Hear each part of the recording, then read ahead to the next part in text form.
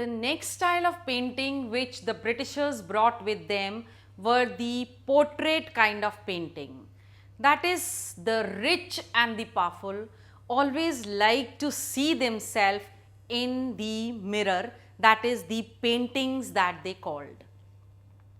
They always wanted to see how they looked and they wanted to show themselves grander than what they were in the paintings that they got made from these painters.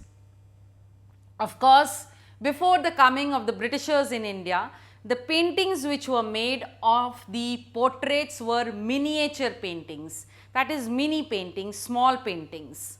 But now when the Britishers came to India, they were huge portraits which were made, the lifelike, as I said, the real kind of portraits were made, in which it was shown how rich, powerful and intelligent the Britishers were. In these portraits, their lifestyle was clearly shown, that is, their wealth and status was clearly demarcated. Every painting or the portrait had a story to tell.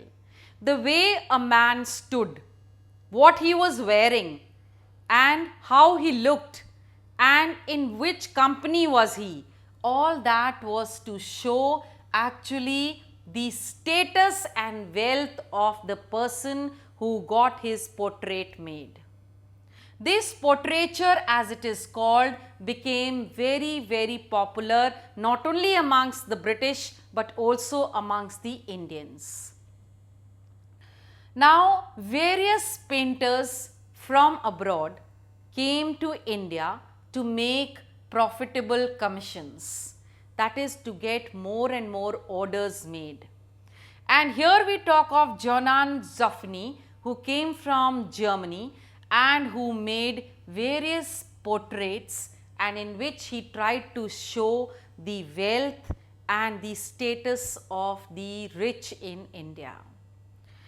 In the two paintings which have been shown in the book, it is clearly shown that the Britishers had big mansions, lovely lawns, and the Indians are shown as servants, as inferiors, as submissive, to just portray that the Britishers had gained supremacy in India, that they were all powerful in India and they had gained all the strength here in India. Of course, the Indians also got influenced by the British style of portrait making, and especially the Nawabs and the Rajas wanted to get their portraits made.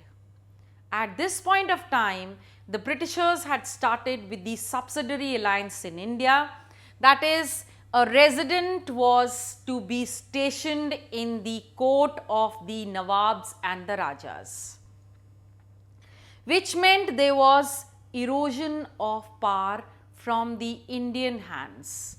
But still, to satisfy themselves, to show it to the world that they were still powerful and superior, they wanted their portraits made.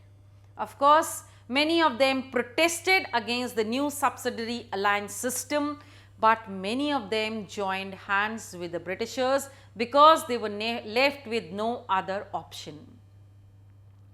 Here we talk of Muhammad Ali Khan, who had been made a pensioner by the Britishers, but still he made his portraits, or rather he got his portraits made by Tilly and George Wilson, who showed him in true pictures of a Nawab with all the power and supremacy and dignity around him.